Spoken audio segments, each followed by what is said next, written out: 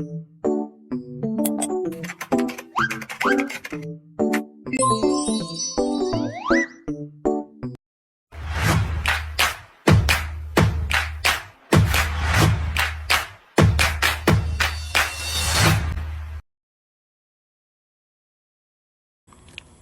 and Assalamualaikum. My name is Muhammad HAKIM bin TARMIZI. My student ID is 202081524 and I'm from A4CS1104B. In this video, I'm going to explain about how to crimp a copper wire cable to connect from one device to another devices. So, the process only require a few steps to make it done.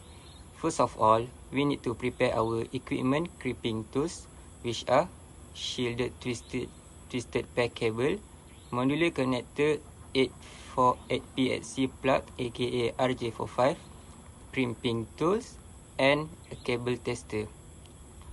All of these items you can get on a hardware store or online store. So the first step to crimp cable is strip the cable jacket about 1.5 inch down from the end using the crimping tools. Assalamualaikum. For our flowchart, so for the step 3 process, spread the 4 pair of twisted wire apart. For CAT 5E, you can use the pull string to strip the jacket further down. If you need to, then cut the pull string. Next, for the CAT 6 cable, have a span that will also need to be cut. Next, for the step 4 in our flowchart, untwist the wire pair and neatly align them in the T568B orientation.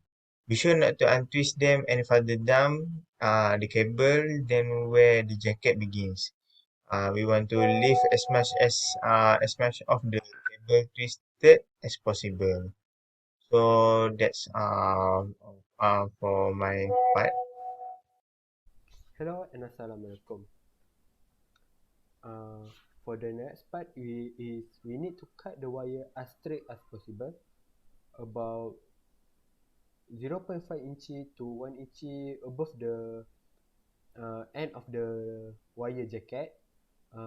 This is to prevent any difficulty when we want to connect the wire into the modular connector. Next, we move to the step where we insert the wire all the way into the modular connector based on the guidance or based on the wire provided to with the modular connector. We need to make sure that each wire pass through the appropriate guide inside the connector to make sure the cable can be functional properly. Next, we move to the next part. As for the next step, after the wire has been cut and carefully insert them into the modular connector, we must push the connector inside the crimping tool and squeeze the crimper all the way down. For the next step, I will continue with the last candidate. Thank you. So next step is if the cable is not end of the cable, we must repeat step 1 until 6 for the other end of the cable. Then after all step has been done for each cable, to make sure that successfully terminated each end of the cable, use a cable tester to test each pin. If the connection is successfully, then our cable, our crimping for Ethernet cable is done. But if the connection is not successfully, we must repeat again and redo the step 1 until step 8. So that's all from us. Thank you.